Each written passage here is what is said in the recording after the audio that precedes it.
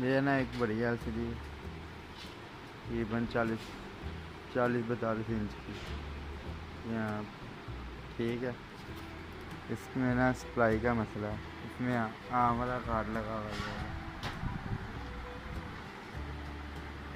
ये सप्लाई है, ये लगी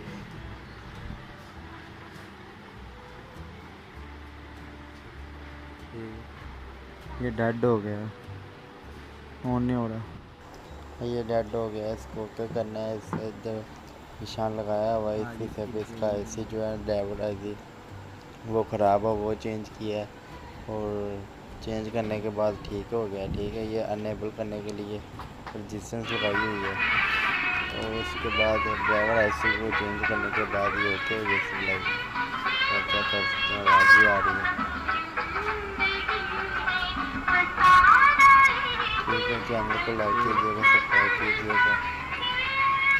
ओके, अल्लाह हाफिज़, बाय बाय।